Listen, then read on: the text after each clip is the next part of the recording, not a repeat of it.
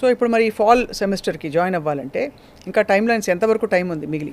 ఉన్నాయండి. యూనివర్సిటీస్కి వచ్చేసరికి కొన్ని యూనివర్సిటీస్ ఇప్పుడు మనకి ఆగస్ట్ 15th వరకు ఉన్నాయి, కొన్ని universities August 30, last September 15th is last for few universities. But ఈ లోపల మనం త్వరపడాలి.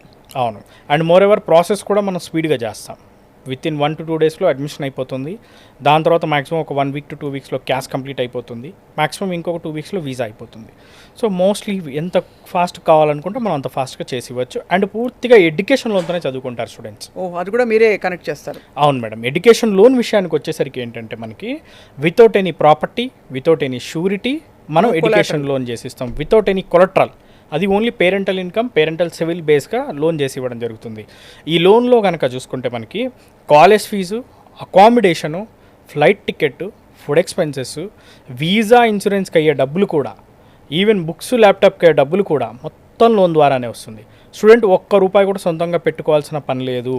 దీని రీపేమెంట్ కనుక చూసుకుంటే కోర్స్ కంప్లీట్ అయిపోయిన తర్వాత 1 year టైం ఇవ్వడం జరుగుతుంది వాళ్ళకి బ్యాంకు నుంచి.